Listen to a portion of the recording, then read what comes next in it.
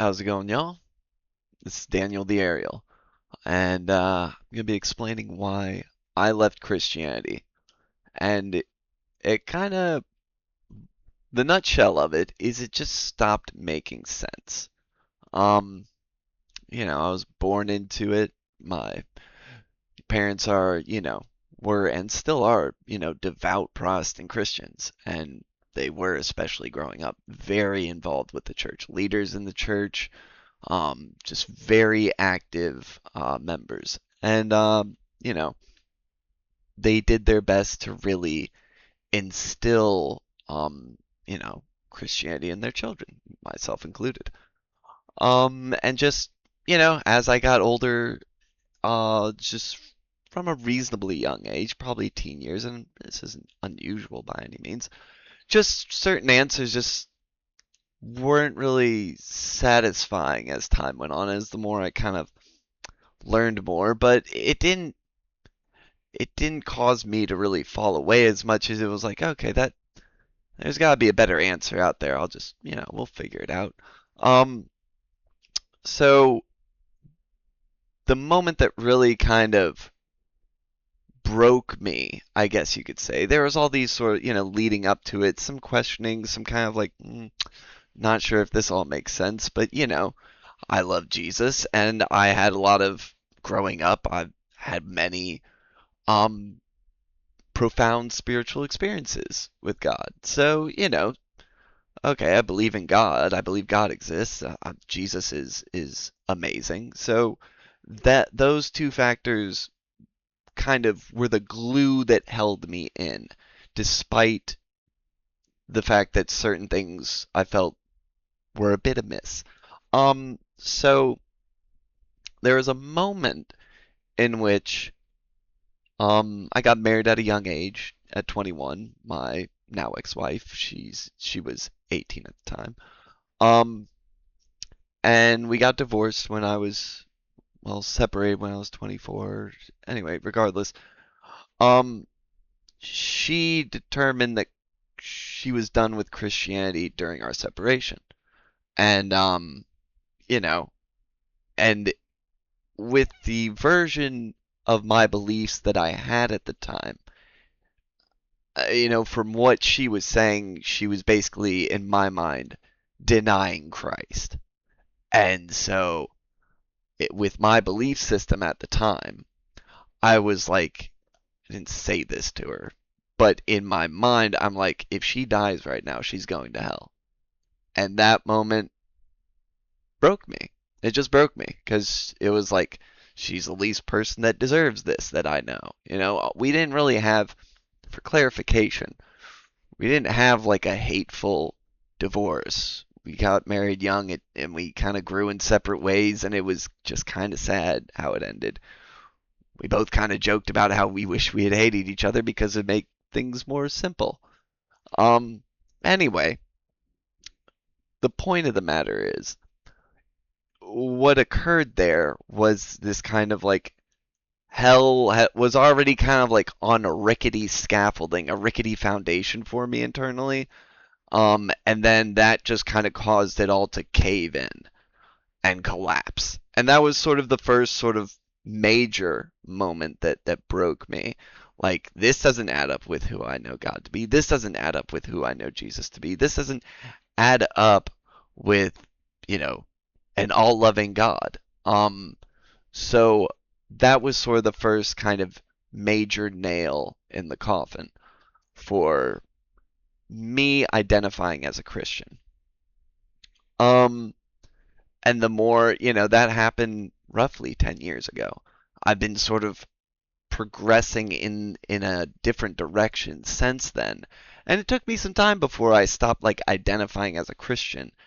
I kind of stopped going to church. I started like really, seeking other sort of like perspectives on life at that point.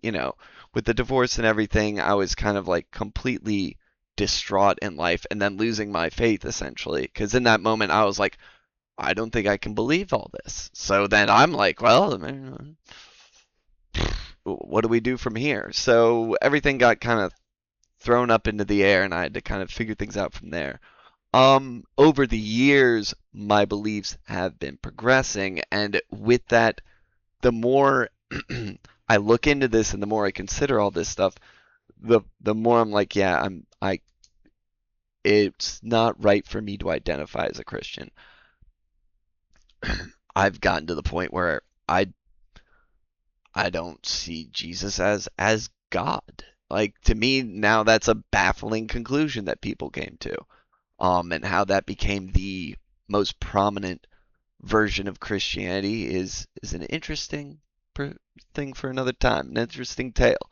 Um, so yeah, with all this, I've sort of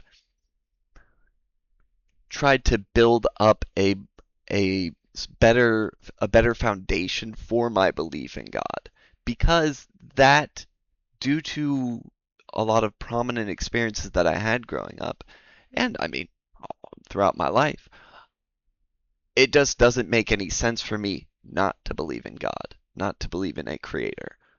And also, yeah, so with all that I've had to sort of redouble my efforts. And also, I believe Jesus is like the most important person to have ever lived. So, my respect and my admiration for Jesus didn't go anywhere. It didn't leave just because I was like, okay, what's wrong here now? What's the problem? And one of the things that I've picked out is sort of how I'm going to talk mainly about Protestant Christianity just because Catholicism isn't really my thing. Okay? So, and they have their own nuances that I don't really feel comfortable speaking on because I'm not a Catholic. I haven't really studied Catholicism, so I'm going to speak about Protestant Christianity here. Oftentimes, they treat the Bible like it is a fourth character in the Trinity, like it has just as much weight as God. Um, and to me, this is a major issue that I think needs to be challenged. Hence why I'm going through the Bible as part of my channel. One of those things is to go through and really go, okay, y'all think this is divinely inspired or this is written by God? Let's talk about it. Let's go verse by verse. Let's read the darn thing. Let's check with historical records. Let's look at what makes sense here.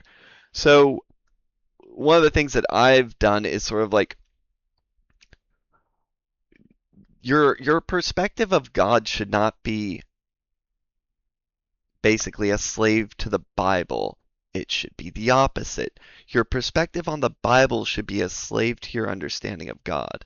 God is above the Bible. The Bible is written by humans. It is imperfect.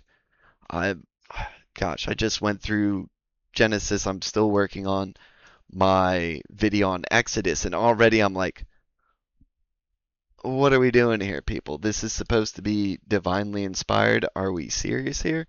And it's interesting growing up for, you know, I would have identified as a Christian for probably my first 25 years, 26, maybe even 27 years of my life. Born in 1989, just to give that context. Um, so, and there are just things that are happening in Genesis and Exodus that are, look, there's a reason I'm putting out videos about those books, okay? I already have my Genesis video out there. Exodus video is coming up next. But the point of the matter is, this material should not, especially as far as Genesis and Exodus is concerned, in my opinion, these two books should not be used as a way to understand God or even identify God's character. Or even read these passages and be like, oh yeah, that's what God would do in these situations. No. Okay. So, what is the scaffolding of what I believe that is a healthy way to understand God? Okay, if we're going with, all loving, knows all like truthful, knows all truth, knows has all knowledge, you know, why is this being in the universe, most powerful being in the universe? If you put these things together, it's like the four corners of a pyramid, where then the tippy top is your understanding of God.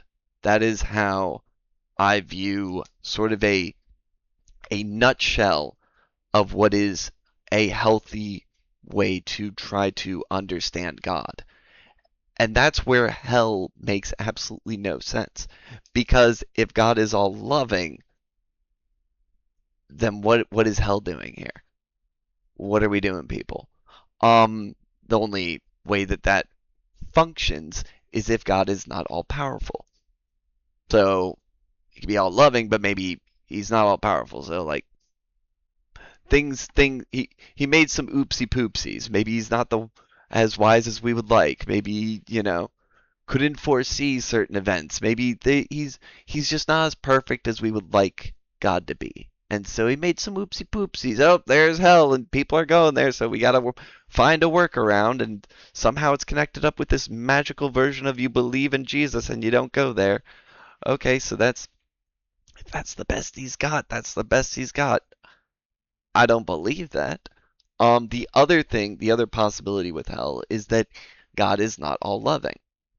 So therefore, he has all this. He's actually not all loving. He's wants you to believe. It's like he's a quid pro quo God. You love him, he loves you. You don't love him, he's like screw you. You know, he's. I mean, shoot. One of the Ten Commandments is what love the Lord your God. It's like, okay. I mean, if he's not all loving, that kind of he's like, you will love me. You will love me, or there's hell to pay. Okay, jeez, calm down, Mister. So that's where I do believe God is all loving. I do believe he's all powerful. Now, oh, and now we're blurring out. We're blurring out. Come back to me, my camera. Can't you see? We'll just keep going. Okay, so yeah, love, truth, wisdom, and power. Those are my. Gosh, it's gonna bother me. Hold on, hold on, hold on. You can do it. Nope, can't seem to focus. I don't know why. Um, regardless. So, yeah, love, truth, wisdom, and power. That is sort of what I've determined as probably the best sort of cornerstones. And the more you understand love, the more you understand truth, the more you understand wisdom, the more you understand power, the more you can use that as sort of like, okay, put God in sort of that focus. And then look at the world and look at what's taking place. I know that's kind of a hyper generalized sort of perspective on it. Because then next thing you know, we're quibbling about what love and what but that's all, a part of getting to the mystery of God.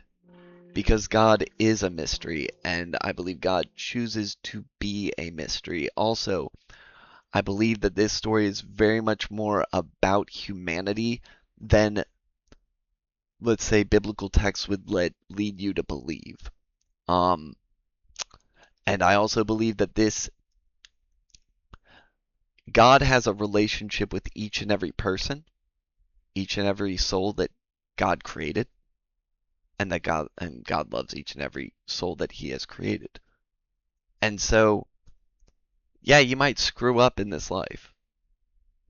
And yes, there might be some lessons that you got to learn. You know what I mean? And I know that a little tangent. This is where, like, from what I understand, again, I said I wasn't going to get too much into Catholicism, but their workaround is purgatory. It's like they identified this problem. Okay, hell doesn't make sense with an all-loving God. Well, let's purgatory. That kind of fills in that gap where it's like, okay, all right, you did some bad stuff. You didn't deserve heaven, purgatory, or like you're not so evil that you deserve eternal damnation, purgatory. That's sort of the workaround, which, you know, is okay, but it's not really. My perspective is your consequences for what takes place here is personal between you and God. And God knows what's best for you. And if that means some corrective measures need to take place, then I believe God will apply those corrective measures in ways that might not always be, comfortable. I'm not opposed to discipline and corrective measures for certain people that live a certain way that is despicable. However, do I think everybody, is this so clean cut that either you go to heaven or hell? And then it's like, I really find that also one of the things, again, to get back to sort of a disagreement here, Jesus kind of, in a way, gets in the way of, like, with the traditional, you believe in Jesus, you go to heaven, you don't, you go to hell, like, that kind of gets in the way of God actually acting as a wise judge because it's arbitrary now. There is no real actual judgment on what you have done taking place in a that uses any sense of wisdom.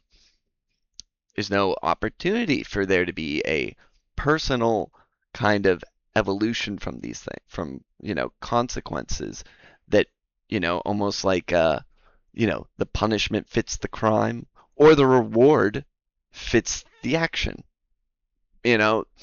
So I do find, and this is, look, if you think God's just, his whole thing is just like here to just dole out like, boo, demerit for you. Oh, here's your reward. Yep, demerit, reward.